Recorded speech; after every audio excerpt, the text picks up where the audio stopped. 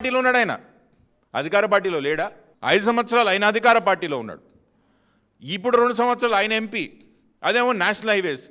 TRS party ఏం చేయలేదని మీరు అంటున్నారు. మీరేం పీకిరు అంటున్నా నేను. ఎందుకు ముఖ్యమంత్రి గారు మీ ప్రాంతానికి పోయే రోడే కదా, మీరు ఎందుకు చేస్తలేరని అడగాల్సిన అవసరం లేదా విశ్వేశ్వరరెడ్డి గారు అంటున్నా నేను.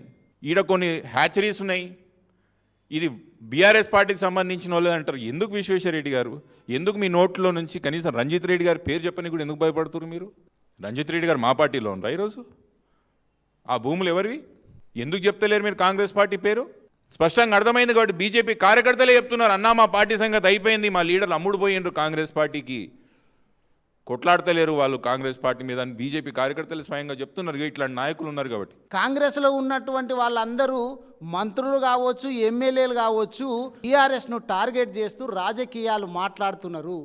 మరి జూబ్లీ హిల్స్ కావచ్చు, ఇంకొక ఎన్నిక కావచ్చు, దాని మీద ఉన్నటువంటి శ్రద్ధ గౌరవ ముఖ్యమంత్రి రేవంత్ రెడ్డి గారికి కనీసం ఆ సంఘటన స్థలానికి రావటం కానీ, ఆ క్షతగాత్రులను పరామర్శించడం కానీ, ఆ కుటుంబీకుల దగ్గరికి పోవడం కానీ చేసేటటువంటి టైం లేదు. అంటే మీకు రాజకీయాల మీద ఉన్నటువంటి శ్రద్ధ ప్రజల ప్రాణాల మీద లేదు అనేటటువంటి విషయం తెలుస్తుంది.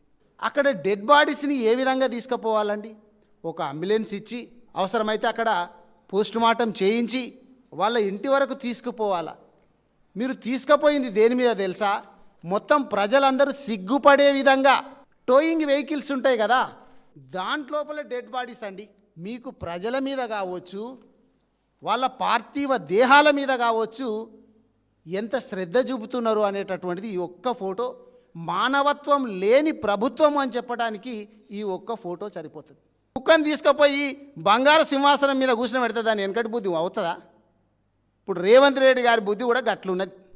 దామగుండం రెడార్ స్టేషన్లో లక్షల చెట్లు నరుకుతూ అక్కడ పనులన్నీ కూడా సజావుగా సాగుతూనే ఉన్నాయి. అతి ఉత్సాహం చూపిస్తూ ఉన్నారు. కాంగ్రెస్ బీజేపీ ఇద్దరు కలిసి మరి అక్కడ ఈ పర్యావరణవేత్తలు వాళ్ళను మేనేజ్ చేసి ఆ దామగుండం రెడార్ స్టేషన్ చేస్తున్నప్పుడు ఇంతమంది ప్రాణాలు కోల్పోతుంటే ఈ రోడ్డు పట్ల మీరు ఎందుకు నిర్లక్ష్యం వహిస్తున్నారు అనేది ప్రతి ఒక్కరు కూడా గమనించాల్సిన విషయం. ఎంత ఘోరం అంటే సంఘటన జరిగి 2 రోజులు కావస్తూ ఉంది.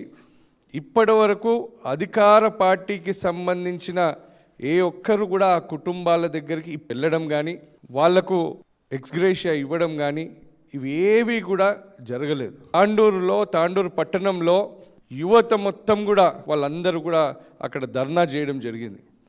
మాకు రోడ్లు కావాలి, ఈ అధికార పార్టీలో ఉన్న ఇప్పుడు పాలకులు ఇప్పటి వరకు ఎందుకు రాలేదు, మీకు ముఖం లేదా రానికి అని చెప్పి అక్కడ ఇప్పుడు ప్రస్తుతం ఎమ్మెల్యేను నిలదీయడం జరిగింది. మరి కేవలం నీకు రాజకీయాలు, నీ కమిషన్లు, నీకు ఓట్లు తప్ప ప్రజల పట్ల, ప్రజల ప్రాణాల పట్ల నీకు ఎటువంటి సానుభూతి లేదా?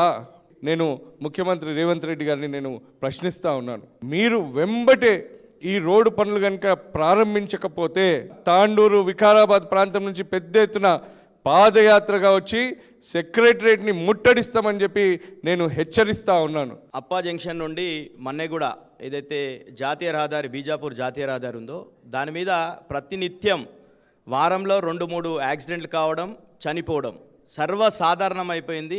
ఈ 2 సంవత్సరాల కాలంలో దాదాపు 100 పైచిలకు మంది చనిపోవడం జరిగింది. ఒక జాతీయ రహదారి సాధన సమితి అని పెట్టుకొని కూడా అనేక సందర్భాలుగా గత సంవత్సరం కాలంగా మేము డిమాండ్ చేస్తున్నాం. అయినప్పటికీ దీన్ని పట్టకుండా, ముఖ్యంగా ఈ పర్యావరణానికి సంబంధించినటువంటి పర్మిషన్లు లేవని చెప్పేసి ఇంతవరకు కూడా ఆగిందని మొన్ననే క్లియరెన్స్ వచ్చిందని చెప్తున్నారు. ఇది తీవ్రమైనటువంటి ప్రభుత్వ నిర్లక్ష్యం వల్ల, ఈ రాష్ట్ర ప్రభుత్వం నిర్లక్ష్యం వల్లనే ఈ యాక్సిడెంట్ జరిగినాయి. దీనికి కారణం పూర్తిగా రాష్ట్ర కేంద్ర ప్రభుత్వాలు.